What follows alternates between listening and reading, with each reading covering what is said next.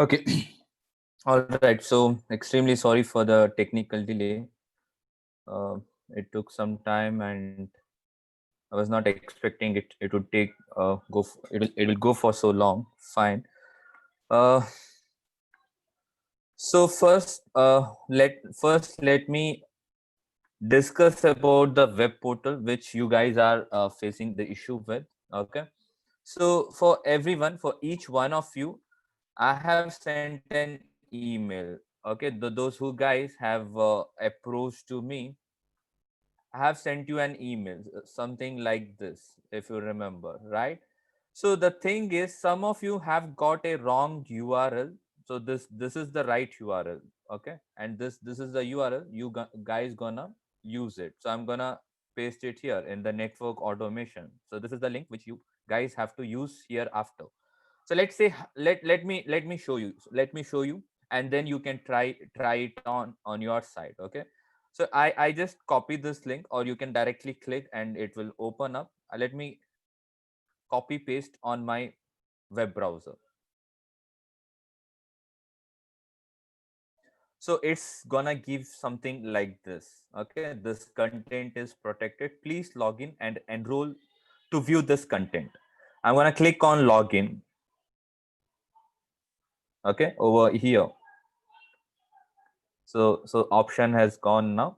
So you see something like this. So what you have to do is now is you have to give the username password, and it's good if you tick mark remember me, so that to avoid unnecessary uh, entering username password each and every time. Okay, and where do you get the username email password? It was mentioned on the email. So what I have done is I've created a test account to show or to demonstrate this. Okay, so this is my email ID. I'm gonna put it here, and I'm gonna paste the password which I have sent. So this is not the password in your case. In your case, I have emailed you the password.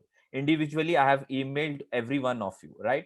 So this is the password, and I'm gonna click on remember me and click on login.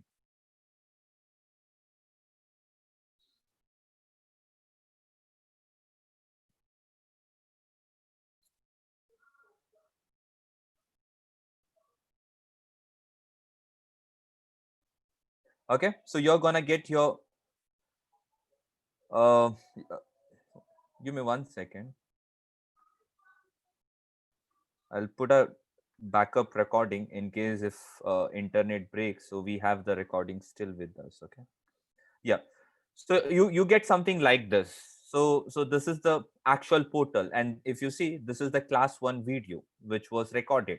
Now you need to have a second password which is gonna help you to access the content. Okay, this is the second layer of protection which is required. And the where's the password? It's again on the same email. This is your first login and password, and to access any script, to the quiz, to the videos, you have to make use of the second password, and just copy paste and click on submit. Now there's catch over here. Some guys misuse and start clicking on this button.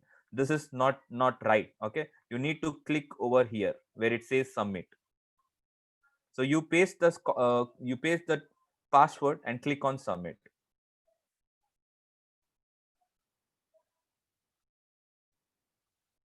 So here is where you will get your access. Okay, if in case you are not able to see the video, you don't panic, just give a refresh. Okay, that could be because of the glitch and the internet speed, that it could not load the content within that. So just a single refresh, and there you go, you see the video. So this was the video which was recorded in the last class, and it's on your portal. Okay, it's very simple. It's just that you don't know how to explore, and this is how you explore. Okay, and let's say if I discuss a script, I of course didn't discuss any script in the previous class, so you don't have anything over here. But let's say like in today's class, I'm gonna discuss a script. So so basically, if you see or you come back on next day with the same credential, and if you land up over here, you will see class number 2 and class number 2 scripts. Fine. So that's how it's gonna work. Once you watched it, you can of course click on complete, That's not mandatory. If you want, you can click on complete, so that you're just marking class, like a day based content. You're just gonna mark as completed. That's all. It's just an optional. If you want, you can, or you can ignore that. How do you come out of this interface? Just click on back to course. Okay, if you click on back to course, it's gonna take you to the main page, or the home page that we see. Okay, and this was the overview. Over This is the overview, the whole content information, the syllabus copy, the demo videos, and this is the course outline that I was discussing in the last class. All the previous class, I was talking about some slide, right? So slide is over here. You can just zoom if you want to do that. It's a full screen, right? So you have over here. So this is just a PPT, or the presentation from the day one, but all your scripts will be on the portal, which is over here. Okay, so you can see the list gonna increase now. As of now, you only have class 1, so you're gonna get class 2, class 3, the scripts. So that's how it's gonna be getting added up day by day. Okay, so these are the buttons where you get your class recordings. If I click back on the class 1, so it will take back to that video. Okay, so you don't have to enter the password once again. So once you're done with the password, it's gonna be there until you refresh, until you log out. Once you log out, you might need to redo or re-enter those password which I sent you earlier, these one. Okay, so everything is with you. It was just a matter of one single link. Might be it was getting shown up as a broken or something. So you just this is the new link. Okay, so you just have to click that and come over here. So that was regards to web portal, and I guess everyone, or at least most of you, have the web portal by now. So whoever have given me the web portal, or the uh, or you have emailed me, I have given you the web portal. Okay, so you test it and let me know, and I will fix it if there is something pending. Now coming to the second thing, that is lab access, or the lab creation. Okay, so as you know, the lab creation is little hectic process, because it depends on the student's laptop as well. If you are running on very low end memory stick, or on a low end processor, we are we have to extend a lot of our window on setting up the lab for such student, right? Or sometimes some software don't work, sometimes some link don't work. I have seen from last 2 days some links were not working, and I gave you some alternative links, right? If you just go back to my messages. So I gave you one set of download links. It was put up over here. Okay, out of these, few links were broken. So I gave you the new link later on. I gave you the updated link later on. This one. So just download the 4 to 5 files and keep them handy. And you know the process. You're just gonna let me know once you have downloaded, and then I'm gonna patch you with my lab trainer. Okay, it's gonna take a week time, not much, not gonna be more than that. So by next Saturday, we'll make sure that all of you have the lab access. Okay, now there are two things again. You want EVNG, we have EVNG. If you need GNS, we have GNS. Okay, but I would say that go with one which is stable. Okay, you have a lot of time where you can ask us for EVNG, and we can give you both of them. We don't mind giving only one, or sharing only one of them. Instead, we are happy to give you both of them, but go with one which is more stable. And from my experience, I feel GNS is more stable. Okay, I do have myself a EVNG Pro, but when I compare both of them, I feel GNS is much more stable, respective to the images, respective to the topology. I feel GNS is much more stable. Okay, but from the fancy look, EVNG Pro is much better. They have all the curves, all those lines can be drawn very beautifully. I'll just show you. This is my uh, GNS topology. It's good, it's very stable. I can open up any time in a day and it will load the way I have expecting it. But EVNG one or second time it's gonna fail. Okay, I'm not gonna complain it. You are gonna get both of them, but I suggest go with the stable one as of now. Start practicing. That's something which is required. And then if you need EVNG, we are happy to give you. Okay, so it's not a shortage or something. We can give you both of them.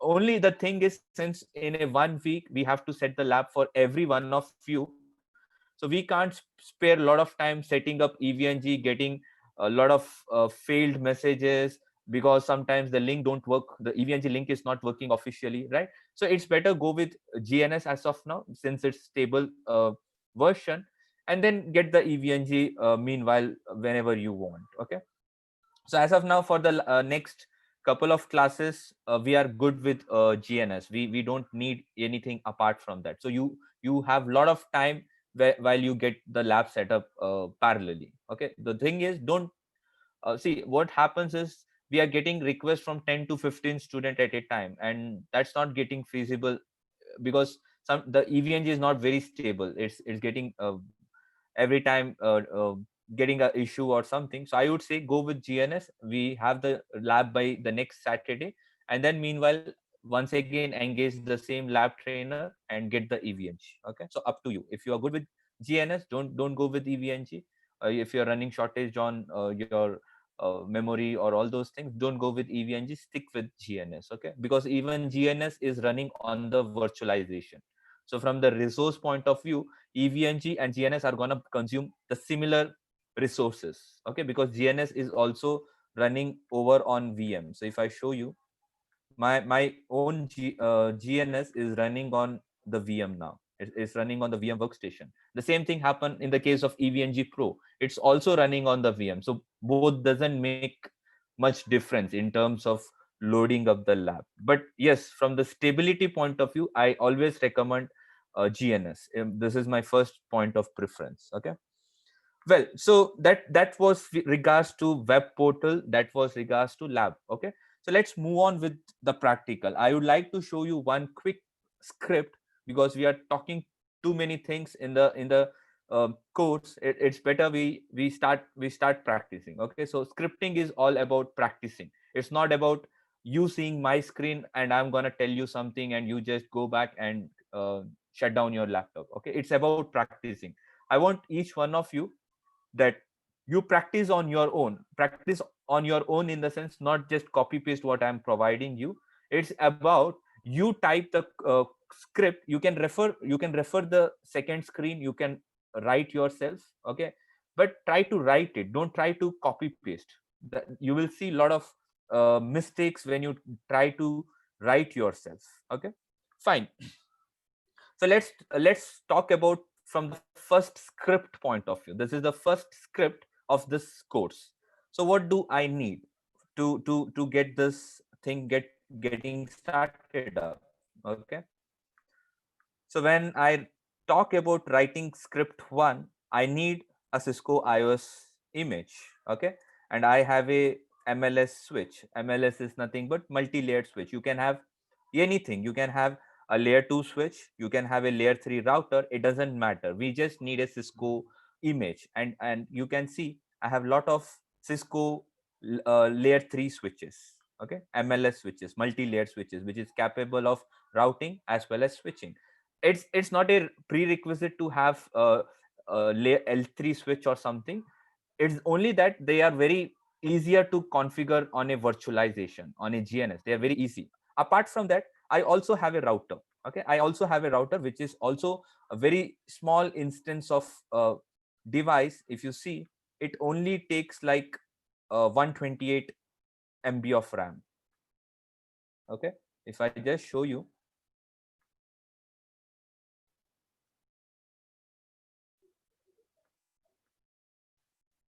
so you can see it's taking just 512 MB of RAM. And if you see on other side, the L3 switch is gonna take like close to 768 MB.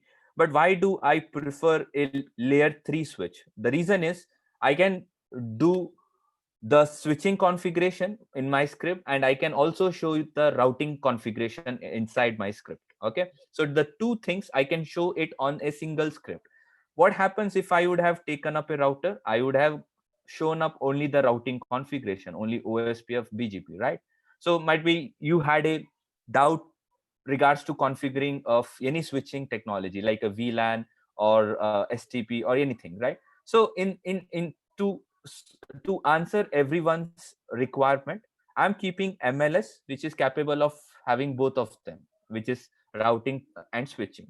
Okay, I'm not gonna do very intense routing switching technology. I'm just gonna pick OSPF and VLAN to demonstrate for the day. Okay, and it's gonna be very simple script for the first day.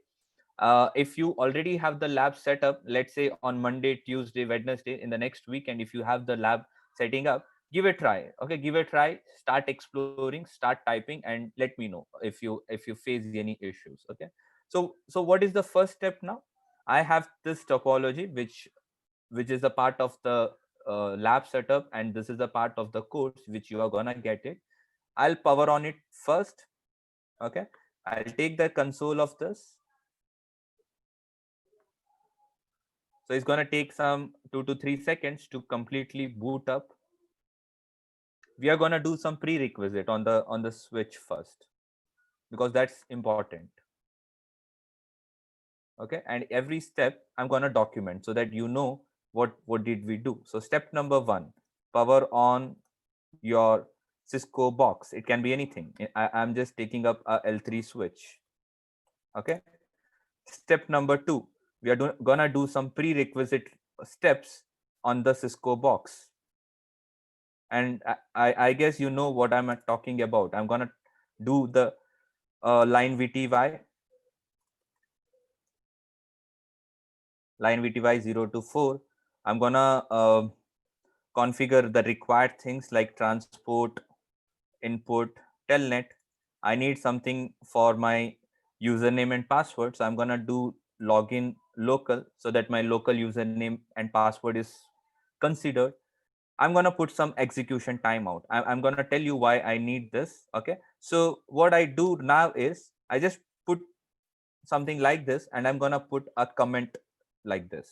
Okay, or a comment section. So why am I doing this? Because I wanna show you what happens when you don't put this, and what is gonna help you once you do this. So you will know at the end of the class that why did I put this command, and I'm just gonna show you with this kind of comment section. Okay, what else do I need? I need a username, right? I need a username with privilege 15 and password Cisco.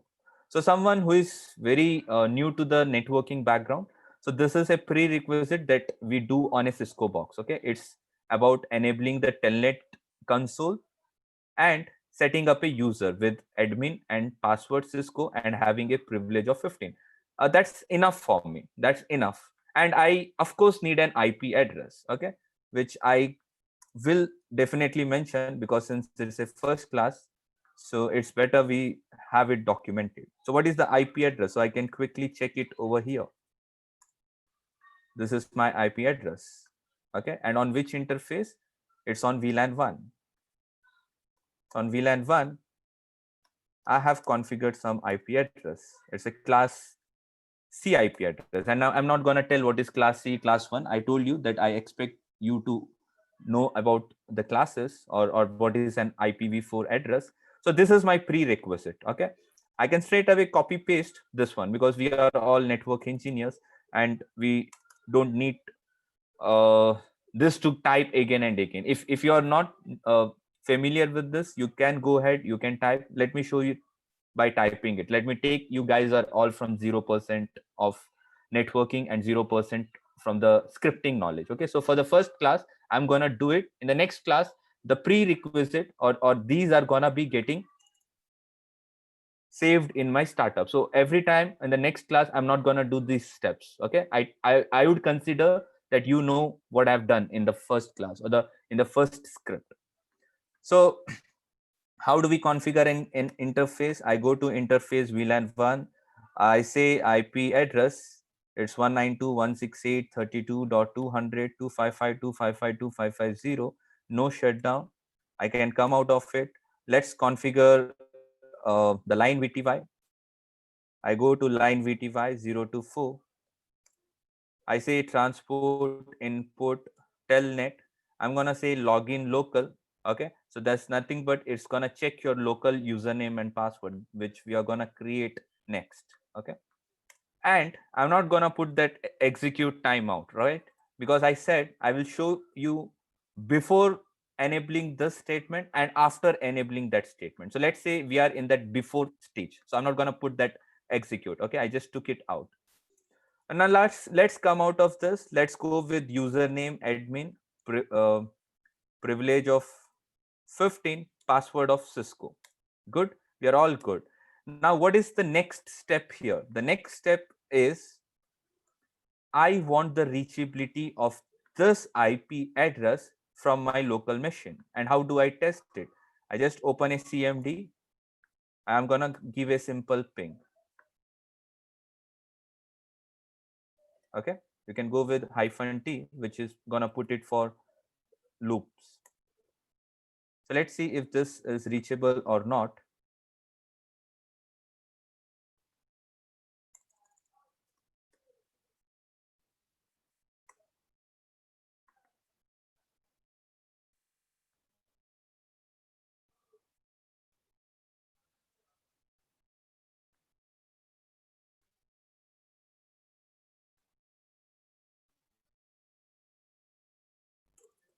Okay, so it's coming up, so it's reachable. So if I put on a loop, so we can see the device is reachable. Now what is actually happening? Don't get confused. Okay, my devices are within GNS and I'm pinging it from my local machine. And why am I doing this? Because I need that software, and the software is on my local machine, and from my local machine I'm sending the, or I'm pushing the script which will go and load on a software which is inside my GNS, right? You're getting my point, right? If I just minimize this, okay, if I just minimize this software, so where is my image? My image or my Cisco box is within the emulator, within the GNS emulator. It could be EVNG emulator, it could be a GNS emulator. Where am I pinging it from? I'm pinging it from my local machine. Okay, how am I getting this synchronization? You don't have to worry, the lab trainer will fix it for you. He's gonna do this on the NAT cloud. Okay, if you know a little bit how this GNS work, I'm connected to the NAT cloud. So it could be NAT cloud, it could be the cloud zero management. The lab trainer will get it too. That's why I said don't go and start deploying yourself, because it will end up with a lot of mistakes. So wait for the lab trainer, he will take it on one to one and he'll fix this. Okay, what would be the alternatives? Let's say if you don't want to go with all this mess, okay, you don't want to have the reachability from your local machine. Do you think, do we have an alternative? Yes, we do have alternative. The alternative is you need to get Windows VM somewhere over here, and you need to get it inside your topology. Like for example, I have Windows i11, Windows 9. I can bring it, I can have that, I can show it to you. But why am I not showing to you? The reason is the whole instance is 10 GB of file. Okay, I don't want you guys for running on a shorter internet bandwidth downloading the Windows of 10 GB, making all your lab setups so complex that you are not able to practice the scripting, right? The main intention is not to set your lab in such a way that you are not gonna practice something, right? So I'm making the things very simpler with the required instances only. We need Cisco images on our GNS. Apart from Cisco, I'll put Arista, Cisco ASA firewall, and Juniper, which is more than enough, and a Linux box. Okay, so these many boxes itself is gonna make like 3 to 4 GB. Okay, and if I put additionally instance of Windows, and within that Windows, if I put my Python softwares, it's gonna make your lab very very massive. It's gonna make like close to 15 GB, and downloading 15 GB you will break like 10 to 20 times. So it's not really feasible to have such a massive lab for no reason. So I'm giving you a simple tweak or a simple trick to exclude this. Okay, I'm gonna delete this, I don't need. Okay, and I'm gonna get this NAT cloud for you guys so that you can easily synchronize from your own base machine. Okay, now what is the next step here? So let's say I'm able to synchronize from my CMD or my local machine. Okay, so I'm done with my Cisco point of view. Now from the software point of view. Okay, so from the software point of view, what all things do I need? First thing, and let me make it as step number 4, I need something to download and install on my laptop, on my local machine, that is Python, the latest version of the Python. Okay, I'll show you how do we install that. What else do I need? Do having only Python is gonna help me? No, it's not gonna help me. I need a front end software who can help me to run the Python. Python is just a language. You don't get a front end for that. For a front end where you need to code or you need to write, you get multiple softwares which we call it as IDE. Okay, so what do we need? We need a IDE, which is nothing but it's a software or a front end where you would be writing all your scripts hereafter. How do I download Python? Just open up browser, look for the Python website. It's a python.org, and the latest will be on their homepage. So if you go with this second tab, downloads, you see it's Python 3.8.3. So you just need to click this. It's gonna ask where exactly you want to save. It's a .exe file. Okay, and what is the size of this file? So it's just a 25 MB. Okay, so let me put up that link. If I just, and yes, if in case you're not running Windows, you still have the Mac version, you have the Windows version, and you have the other platform like Ubuntu and Linux. Okay, so I'm going to put the link over here which is required, and just download the one. What about the IDE, the front end? So the front end, you have n number of options. Your simplest option would be the Notepad++ and Sublime Text, but let's go with some professional thing. Okay, and which is again free of cost. I'm not recommending you to buy something. So what you do is go with PyCharm, or you can go with any other software. So how do I search? So if I type Python IDE, I'm gonna get a lot of recommendations. So I have Idle, I have PyCharm, Spider, PyDev, Wing IDE. There are a lot of things. I would prefer PyCharm because that's very good software. Okay, so just click on them. Just click on PyCharm. You're gonna get a download link. Click on download, and there are two options. This is the free version. Okay, don't go with this is gonna be like 15 to 20 days of free version, free trial, and then it's gonna stop automatically. So don't go with it. We can do everything over here on the free version. It's a free open source. So just click on it. Okay, they're gonna start auto download and just install both the software. It's again a exe file. And what is the size of this file? So it's just like 270 MB. Okay, so now I have two files with me. One is the python.exe file which I downloaded here, and I have the front end with me. I'm ready to install. I'm after all, uh, at least I can install the .exe file. I don't think that's a big challenge here, right?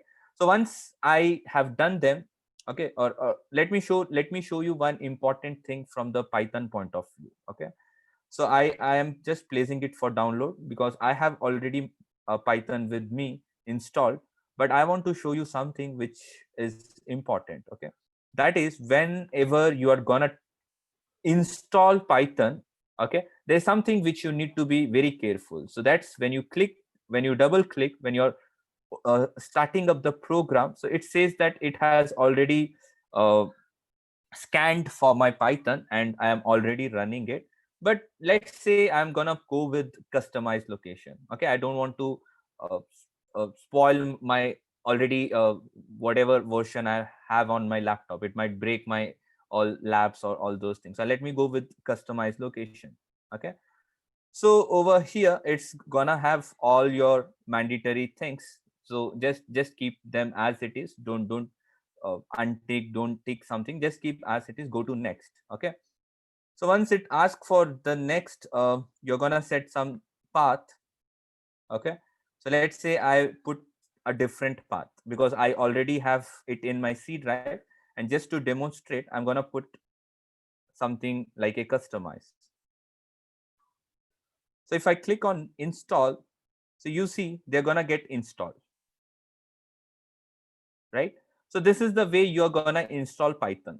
And prefer C drive, don't prefer any custom drive, because C drive is gonna help you when you have your second software getting installed, because this software by default will look for the Python, and the Python will be by default in the C drive program files, right? So basically when you install this, the .exe file, which something look like this. Okay, so how are these two files getting associated? So basically this is the back end, and I can say this is the front end. So the front end will automatically check the C drive. So if I show you, if I go to the file, if I click on settings, so you see already it has selected the Python 3.8. So my Python has been detected on my laptop. Okay, so these are the two softwares that I need on my software side of okay. Now what is the next step? So next step would be to first ping the device, the ping the Cisco IOS from your local machine, just to make sure that you have the ping reachability. So what are you gonna do? You're gonna open your CMD, you're gonna ping your device. So where's my device IP? So this is my device IP, and I'm gonna ping this, and it's reachable, it's good. Okay, so the next thing would be, we are gonna see if I am reachable on telnet, because that's main thing. Because when I'm pushing a script, when I'm pushing uh, a script to the box, it's basically over on the telnet, right? So I must have the telnet reachability from my local machine. So I'm gonna try that 192 168 32 200, and I get the prompt and admin and Cisco. So that means I am good. I'm good with the reachability point of view. So I'm gonna say step number 5 was to test ping and telnet from your local machine. Okay, it was the testing phase. Let's say if you are not able to do this, you're getting failed at this step, then there's no way the script is going to get sync with the device. Okay, so there's no way. Let's say you have written your program and you just run this. There's no way the script is going to go to the Cisco box, because you don't have any way to reach to the Cisco box, right? So to test that, I did the ping test and a telnet test, just to make sure that yes, I have the reachability from my local machine. And fine, so now that is step number 6. I'm gonna develop a script. I'm gonna develop a Python script or a network automation script, or I can say a script number 1, a simple and short, my script number 1. So what is my script number 1 gonna be? My script number 1 is very simple, where I just want to see the show running configuration from my device. Might be I need show interface configuration. Very simple for the script 1. Okay, so as I've mentioned, it's gonna be step number 6. Okay, what I do is, I don't have to open up my backend. The backend is downloaded, installed, and it's just gonna be installed. Okay, I'm not gonna open it anytime. What am I gonna open it every time when I'm writing something? It's the second software, that is PyCharm. That's your front end. Okay, and front end has detected Python, the backend, so you don't have to do anything over here. So you just have to go to the file and create a new file. Okay, and just open up the Python file. It's gonna ask for some name. So let's say it's script 1. Okay, and July batch. That's all. And end it with py extension, because a Python file or a Python script always ends with .py extension. Okay, so if you want, I'll document here that create a new Python file with this name. Okay, in case if you miss that .py, it's gonna consider some text file by default. It's gonna take some unrecognized file. Okay, so this is the file name. Press enter and you are gonna get a very blank page. Now here is where you gonna write your script. Now let's say you all are with zero scripting knowledge. Where do I start from?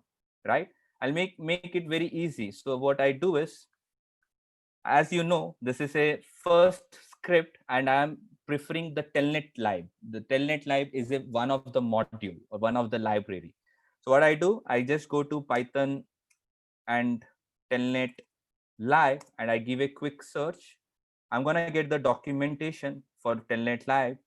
It's going to talk about the telnet live, how it works, what are the classes, what are the syntax, what is function.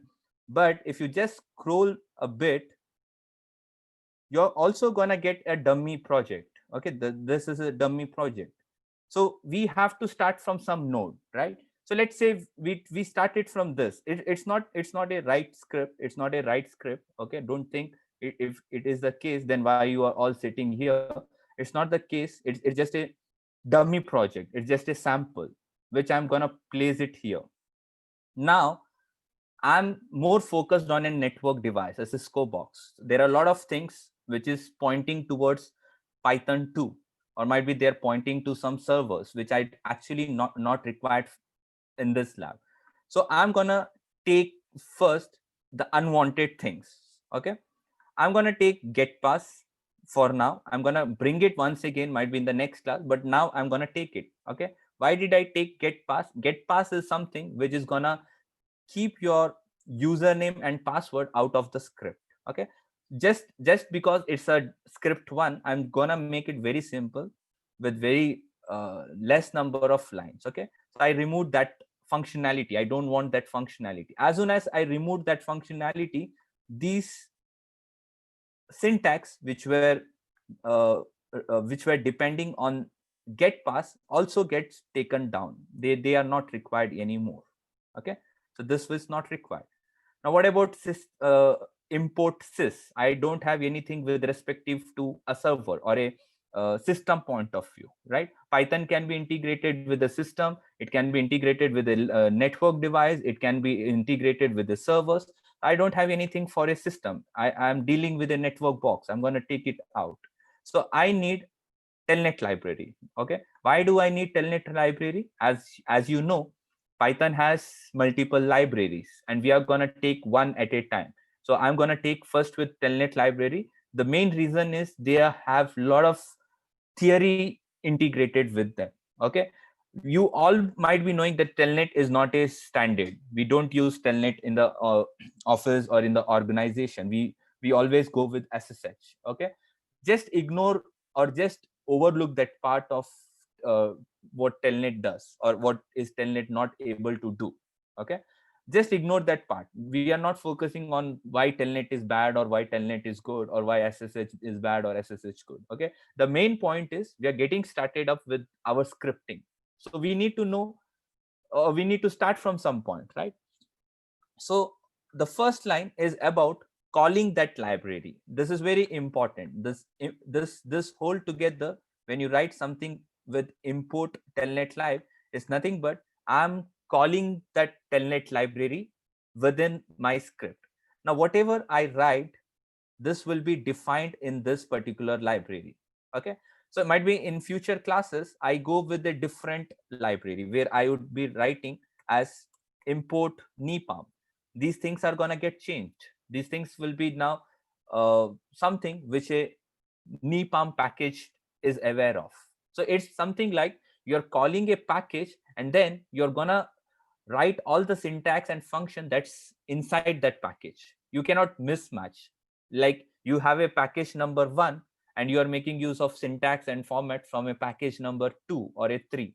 Okay, so this is the main thing with respect to writing scripting. So in my case, I'm gonna go with telnet library. So I'm gonna take its own functions, its own syntax. Okay, this is about calling. Now what do I need to do a telnet on a device? I need to know the Cisco IP address, the box IP address. I need to know what is the username of that. I also want to know what is the password of that. So the three things is required, right? How do I get them?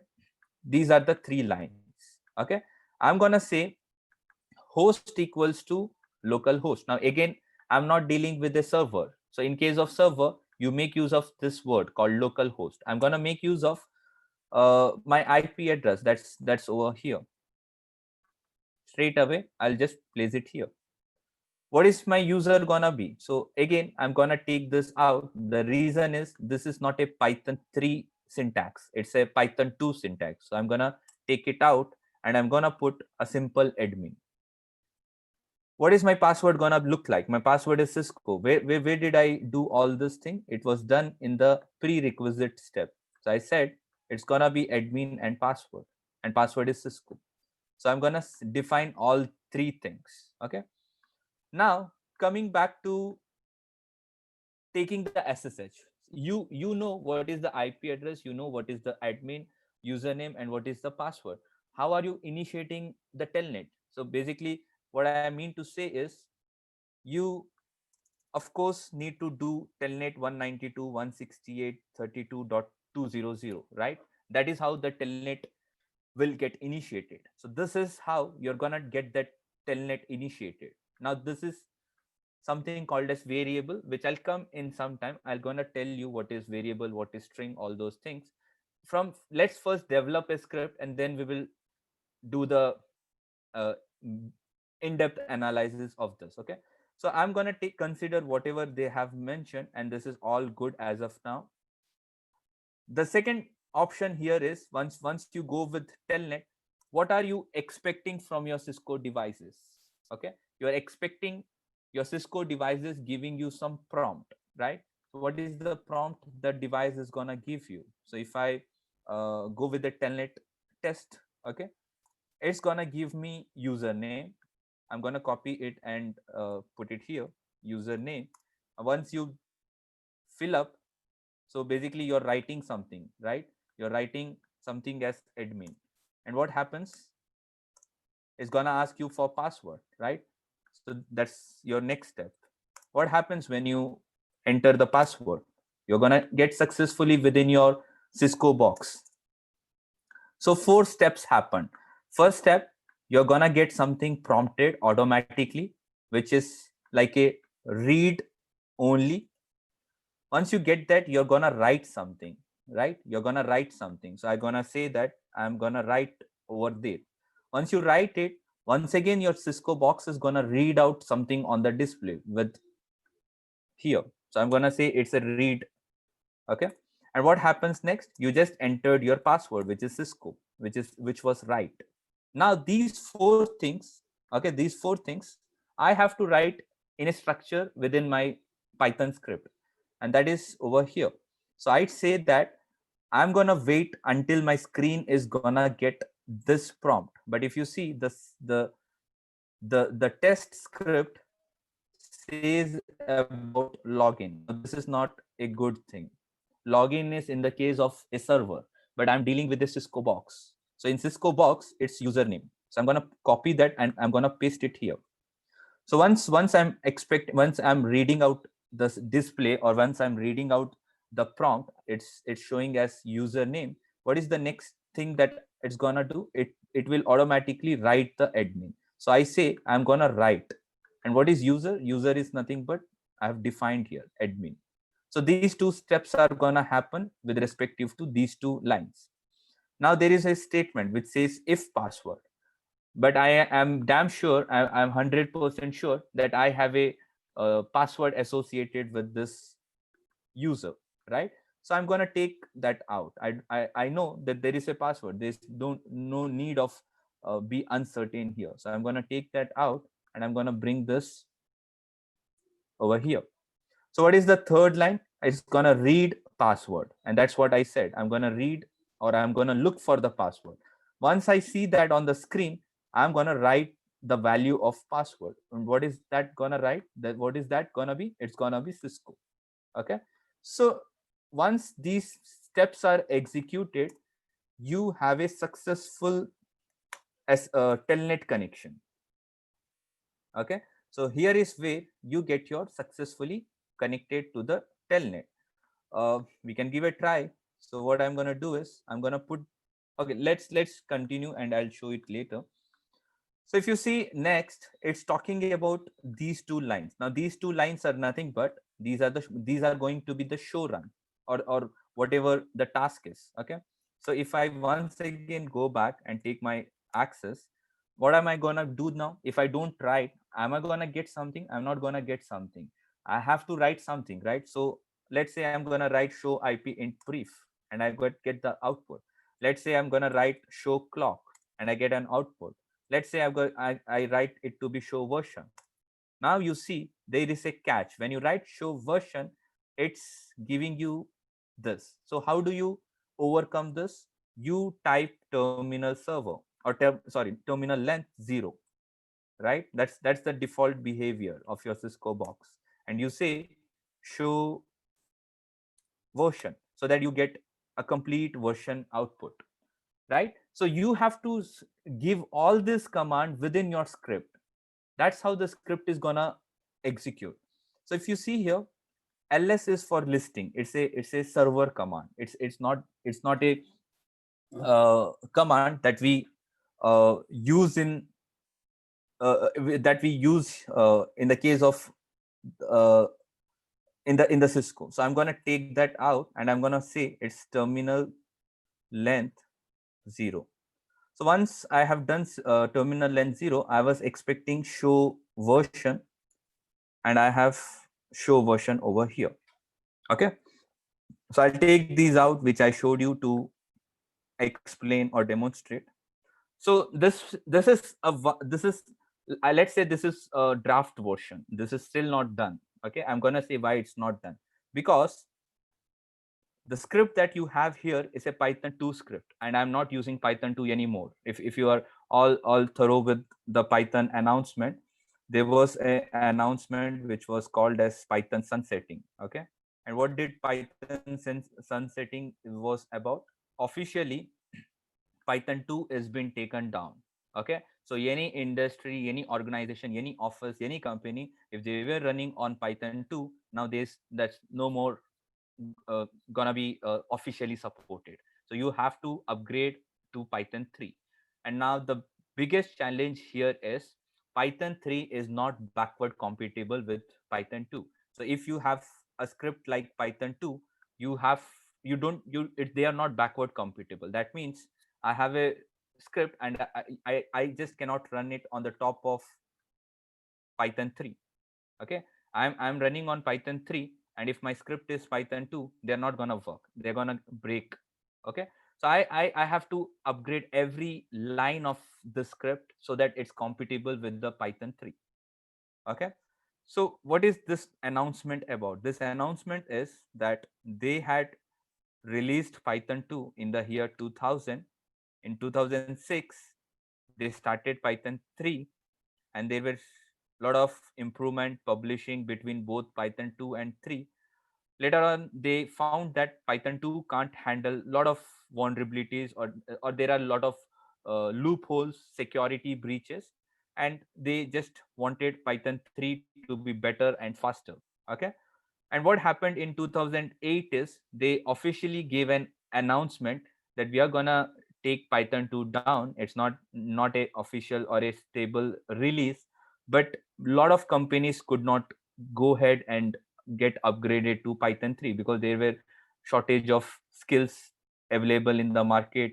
They were like not very good document available for Python 2, Python 3. So basically, they wanted some time for upgradation. So there is where Python community, they postponed that date uh, of the sunsetting. Okay, and then finally in 2020 Jan, they finally declared Python to be down, or Python 2 to be unofficial, and they just got Python 3 as official now. So that's why it says on Jan 1st 2020 Python 2 was unofficial. Okay, so as of now you will see all the enterprises are running on Python 3. If they're not running on Python 3, they're making a change plans to get everything upgraded to Python 3. Okay, and the second thing is, as the softwares get upgraded, the lot of developers, lot of contributors start contributing to the latest version. Like in case of your Android phones, whenever you get the latest operating system, the older ones just get faded up, the support gets faded up, the issues start coming in, the all applications start uh, behaving abnormally, right? So what basically we do, while we do upgradation of our operating system, we also upgrade our uh, apps on our mobile, right? So so that they are compatible with the latest version. So a similar pattern over here. When I am writing a script which is taken from Python 2, they don't run very effectively on Python 3. I have to put those extra or the missing line. Now what are the missing line between Python 2 and Python 3?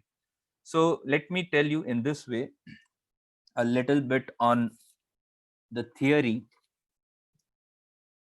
Okay, give me a second, let me bring my pointer.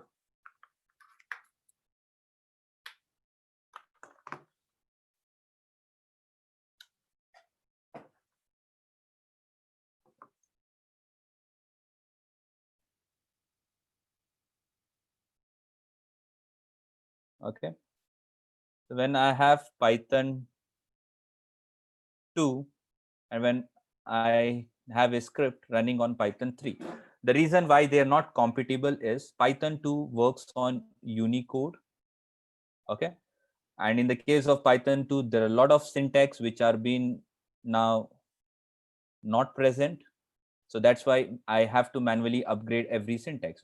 How is Python 3 works? It either work on ASCII or UTF.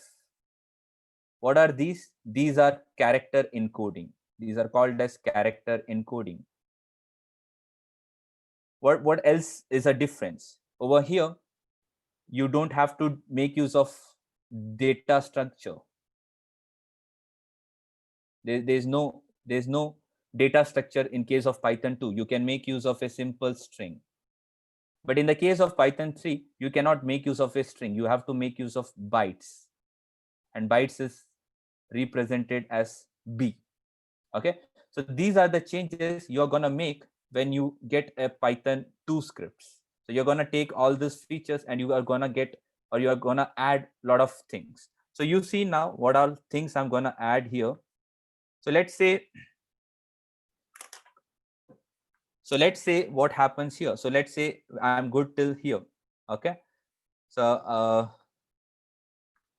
now over here there are some changes to be done. As I told you, I'm not supposed to send straight away this line because this is a string. Now what is a string? The person who doesn't know a string, let me tell you.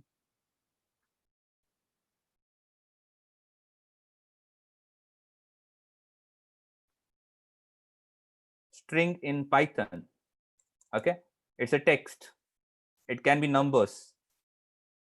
Okay, it can be mix of text plus numbers, but the thumb rule is they must be in double inverted commas or single inverted commas. Okay, but they cannot be a mix match of a double comma, a double inverted comma with a single inverted comma. That's gonna be syntax error. This is a string. You can make a text converted to string or a number converted to string. You just need to put those inverted commas, a double inverted comma or a single inverted comma. It doesn't matter, but don't try to mismatch. Don't need to get both of them. Okay. First thing is that. That's about string in Python. The second thing here is called as variable. I would say that variable is like your empty container. Okay. It's a empty container where you're gonna store the datas. Now, what are datas, or what is a data or datas in case of Python? It can be a normal text, it can be numbers, it can be text plus numbers, it can be your list, it can be tuples, it can be any other data structure, it can be bytes, it can be set. So these many are the data structures. Now what are exactly they gonna contain? So let's say in the case of text can be anything. Let's say it is a simple CCNP, right? It can be CCI. What is number gonna contain? The number is, let's say, 192.168.32.100. Let's say this is a number. What is text number? Let's say a password with this kind of format. Now these are datas. Data is a piece of information. And where is this data, the piece of information, gonna get carried? Inside a variable. Okay.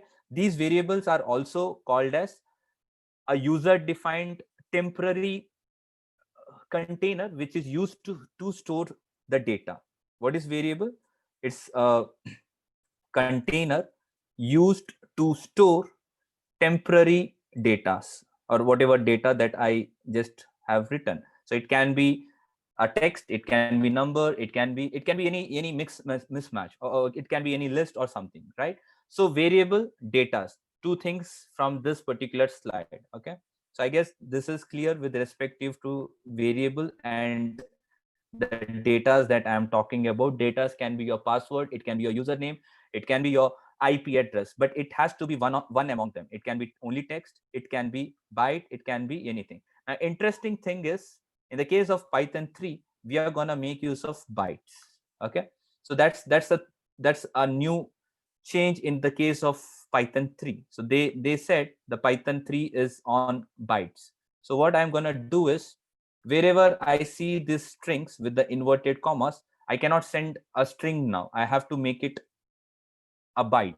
Okay. Byte is again one type of data structure, but that's a thumb rule in Python 3. In Python 3, I cannot send a string, uh, or I cannot send a string, or I cannot read the string. I have to get, or I have to read in bytes. So I'm not, I'm gonna expect the data coming to me in bytes. What is the next thing happening? So here is one more interesting thing that's happening. Okay.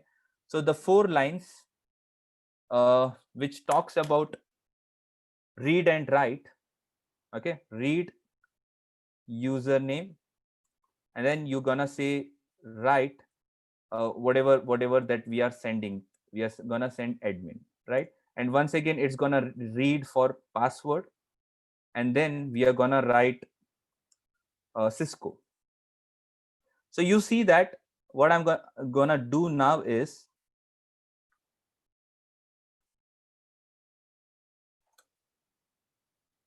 so this is something which is coming from the device, right?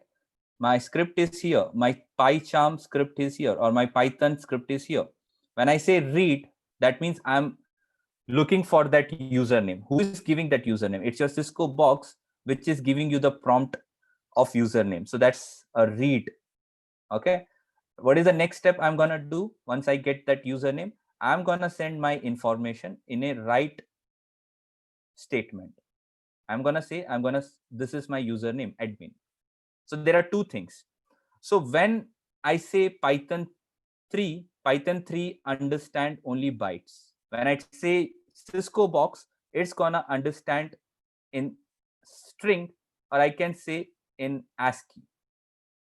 Okay, ASCII is a character encoding format. It's a character encoding format which a Cisco box understand. And from a Python point of view, Python is gonna understand byte. So whenever I'm deriving, or whenever I'm getting some output from a Cisco box, they would be in the byte format. whenever I'm sending something from my script to the box, they are gonna be in the ASCII format. Okay, so that is why I'm gonna make use of some encode, some decode. That's nothing but I'm just trying from bytes to ASCII. When I'm getting back, I'm trying to decode. Okay, so you will see me telling encode, decode, bytes, ASCII. This is all because of the new Python 3. Okay, in case of Python 2, it was very simple. You don't have to get confused with all those things. But yes, as I told you, there were a lot of loopholes from the security point of view. That's why the new Python 3 has all the mess about the ASCII, the bytes, uh, the other concept here, ASCII, bytes, and all the rest, encoding, decoding, right? So I'm gonna show you how is this all be getting in one single script. So as I said, when I'm getting something from the box, when I'm getting from a Cisco box to myself in the sense to the Python, I only understand bytes. Okay, but when I'm replying back, my Cisco box doesn't understand byte. It's gonna understand ASCII format. So I'm gonna decode that, or I'm gonna encode that. So what is user now? It's gonna be encoded. It's gonna be encoded to ASCII format, and this is gonna be in bytes. So what is basically this gonna do? It's for going to the next line. Same process, you just put byte whenever you're getting something from the box, and when you're pushing something, you just have to encode to the ASCII format. ASCII is a character encoding format. Okay, so you're trying to send in ASCII,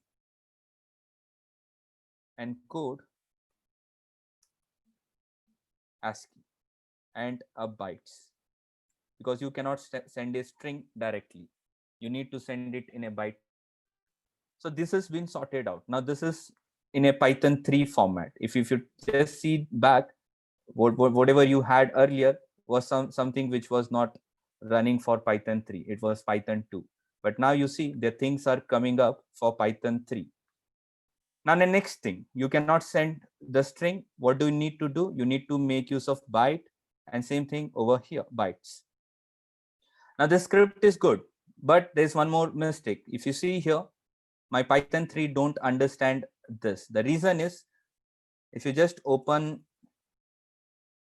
PowerShell, okay, if you just see the difference between Python 2, in Python 2 we were supposed to write the print statement something like this. Okay, but as soon as Python 3 came up, now we cannot go and write something in this format. It's gonna be an error. So what is the right format? We have to make use of open and close round bracket. Okay, so if you see here, this is a wrong pattern now because they're not a proper round brackets. Okay, so I just put that. Now interesting thing is, when I'm getting an output over here on my screen, I want it to be a user friendly, or I want that to be in a decoded format, because I sent all the information in bytes, right? So while expecting the output from the Cisco, I want to decode that ASCII so that I can get a clear image. So I gonna do decode of all the output that I get from a Cisco box. Okay, so I just added decode. So what did I do?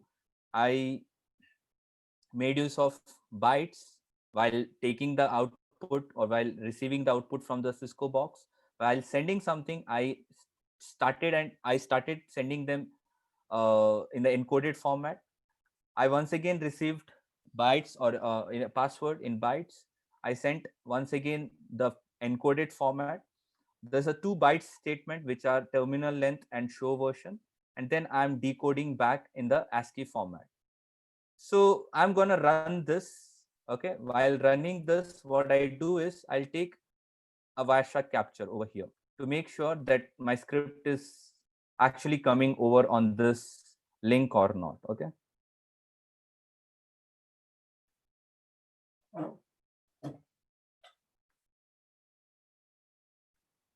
So I am getting running late of time. So I'll just take another 5-10 minutes and I'll wind up. So if you see, there is all. So let me filter it for telnet. Okay. And how do I run a script? So let's go back to my notepad. So I say write a script. I am good with script.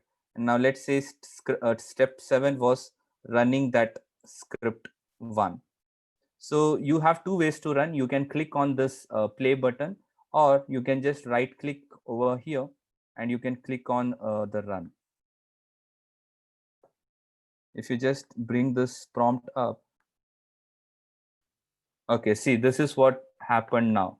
Because I installed a different path, now it says that there is no Python at C. So I think I have to fix this. So this is what happened. That is why I was not looking forward to install the package. Okay, so let's see if this works.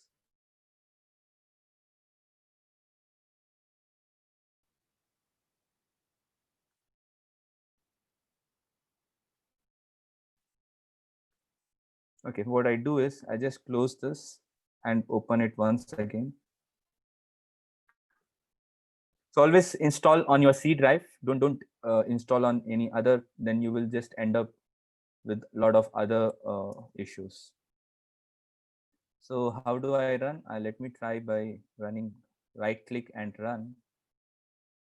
Okay, so I guess I have to fix it offline. Okay, so there's no way I can test it now.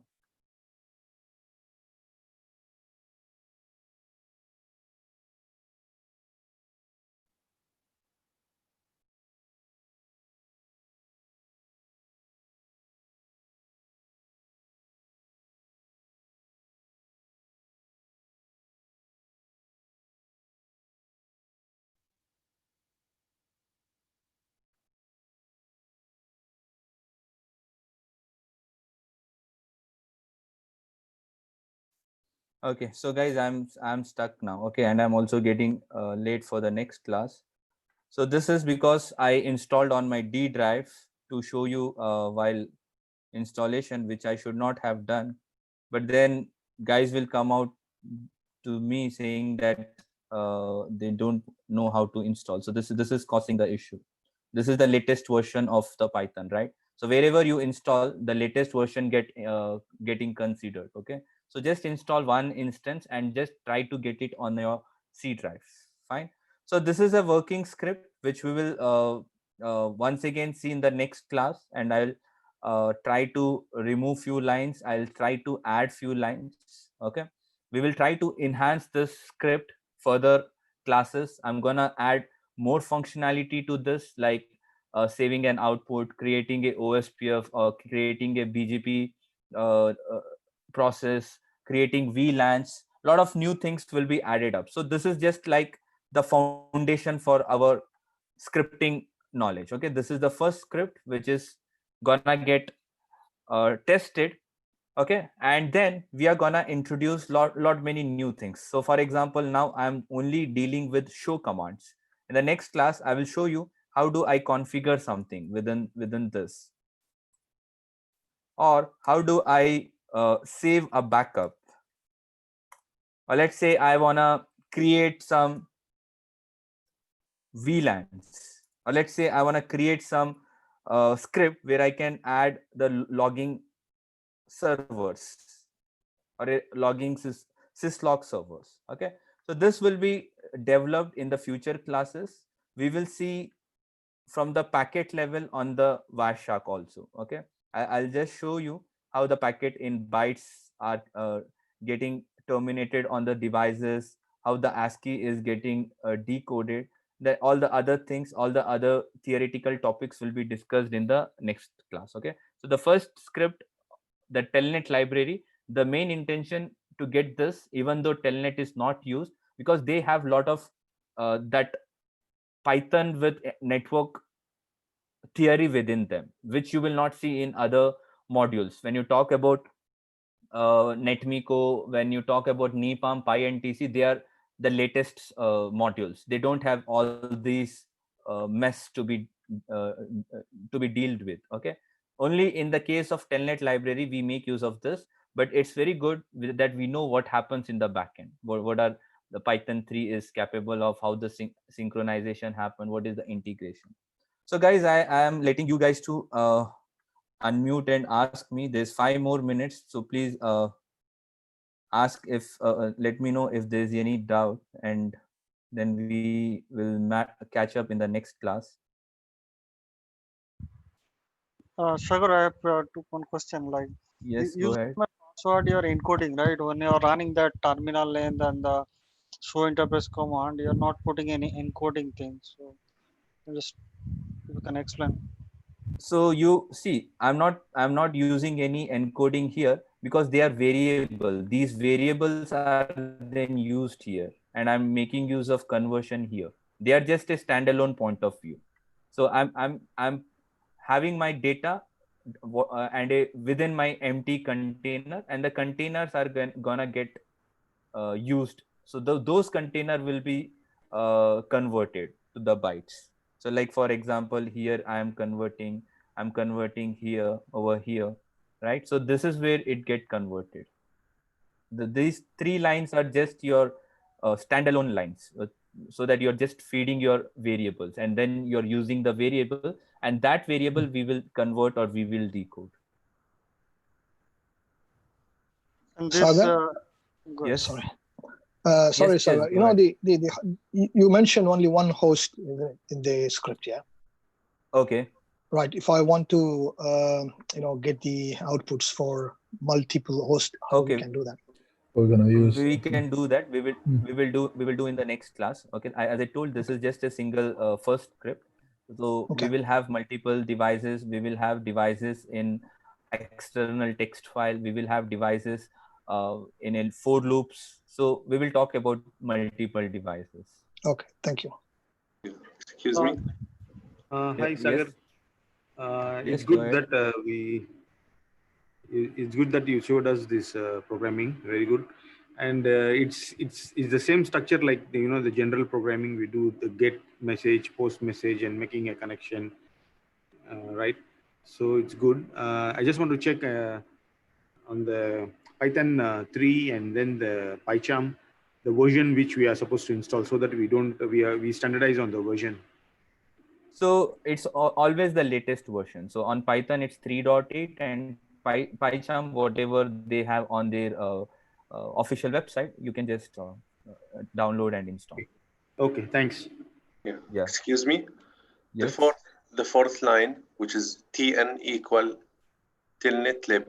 This tn, it will be a variable. We can put any xx, Yes, for example. yes. So we Yes, are you can go with. Yes, Okay. you can go with XYZ, but only make sure that this variable is then called out, because that is the variable that is carrying the information on the transport channel, the script and the device, the transport channel between them. Okay. Yeah. So we will talk about this because this script is still not done from the theory point of view. The first script takes a lot of time to explain. Once you start going with second, third, it's then the same thing, and it's becoming day by day the things gets easier. Sagar, I have one last question. That terminal length, after that you are putting a 0/, but the next line show person you are not putting that 0. Any difference like this? This is a Cisco command, terminal length 0, to have. Oh, okay. Oh, sorry. Yeah, Sorry. yeah, My yeah. So the mistake. full screen. Just. Yeah, full screen. Yes. Yeah. I'm making use of this \n because on a programming language, depending upon the platforms, sometimes we use /r. I'm gonna get that /r in future script, like your Mac OS and Linux. Not Linux. Some operating system, they take /r back the backward /r, and some, like your in case of PyCharm, the Linux, they make use of \n.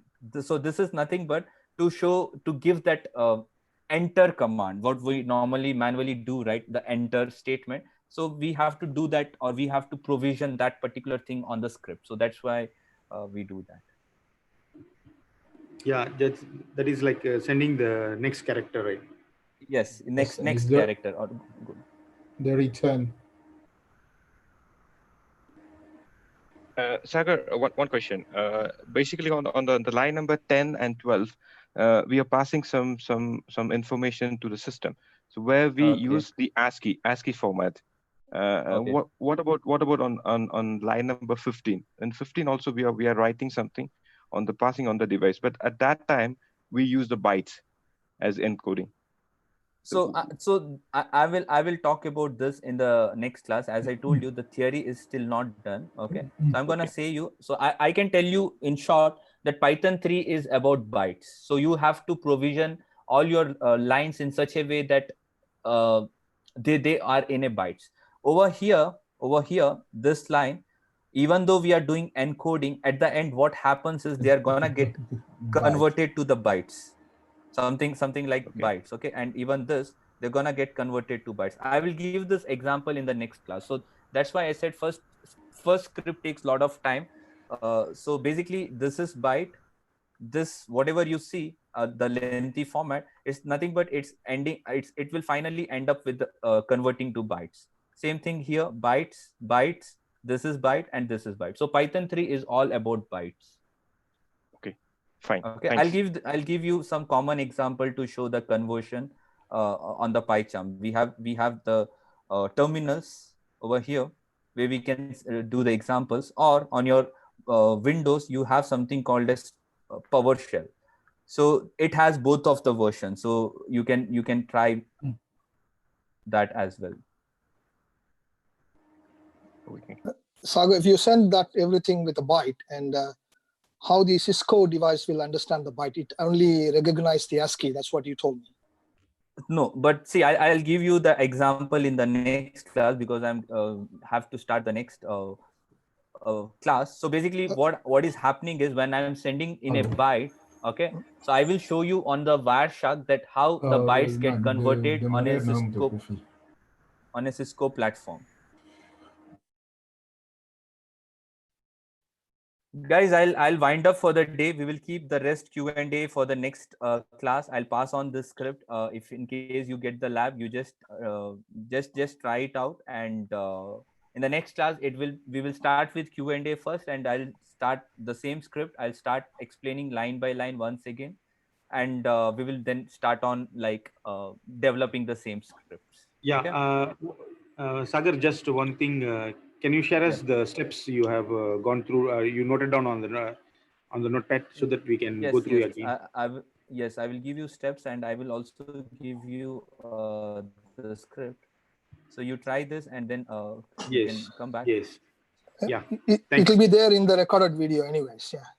Yeah, but it might be No, you you have cannot to copy. yeah. Okay. Because we can revise immediately with fresh memory. Okay. Thanks yeah, so a I'm lot, gonna Jyoti. save it with .txt. Don't get confused. While creating, you have to create it with the Py. py Yeah. this one .py. Yeah, perfect. All right, guys. So let's meet up in the next weekend, and the next weekend will be straight away from the script because I spent a lot of time explaining the first few steps in today's class. That's why couldn't get a lot of time to cover the script part. Okay. So have a nice weekend. Have a nice weekday ahead, and let's meet up in the next class with a much more practical information. Okay. So I'm just winding up. And the guys who are on the YouTube,